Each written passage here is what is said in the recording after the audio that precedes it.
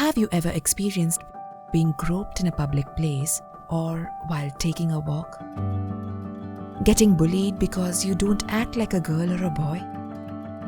Receiving unwelcome comments or sexual remarks about your appearance? Being called something sexist or homophobic online? Sexual harassment or abuse? Having a partner or family member control your access to money and resources? Being physically harmed by a partner?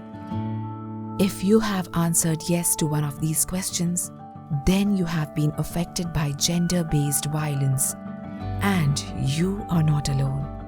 Gender-based violence is defined as violence perpetrated against someone based on their biological sex or gender identity.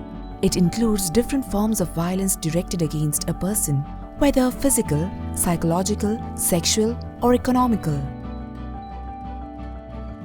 All over the globe, women and LGBTI people are disproportionately affected by gender-based violence.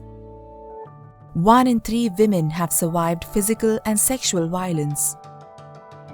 In some countries, 85% of LGBTI students experience violence at school. Governments have a big role to play here.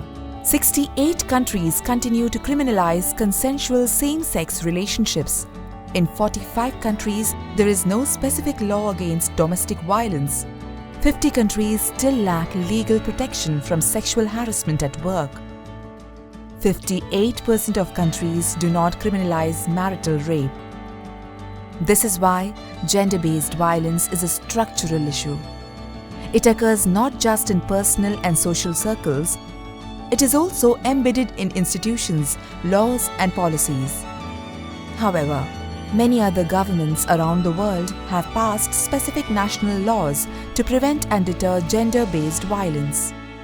We must make this the norm everywhere. Research your country's laws, challenge gender inequality in policies and practices, and advocate for a life free from violence for you and everyone else. Write, tweet, blog, march, protest against gender-based violence.